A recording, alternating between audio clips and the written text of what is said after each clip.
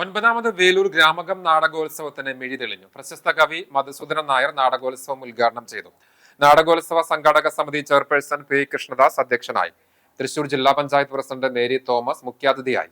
സംഗീത Nataka Akademi vice chairperson Pushpavathi Poypadath വിശിഷ്ടാതിഥിയായി.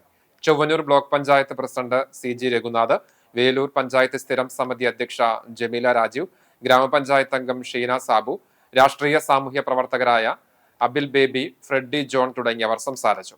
EM Vineeth സ്വാഗതവും നാടകോത്സവം programme committee convener KK Rajan നന്ദിയും പറഞ്ഞു.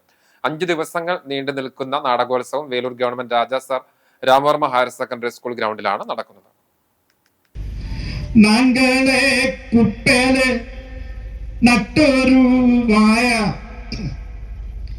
ആവായപ്പയം കൊണ്ടല്ലേ നിങ്ങളുടെ തേവർക്ക് നേത്യം, പിന്നെന്തിനെ ചൊവ്വറെ കൊലം ബശകർണ്.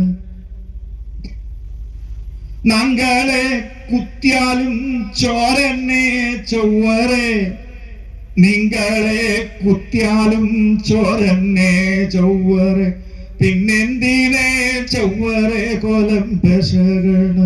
പുതിയ ഗ്രാമങ്ങൾ ഉണ്ടാക്കുമ്പോൾ നമ്മൾ ടൈലിട്ട് സുന്ദരമാക്കുന്നു,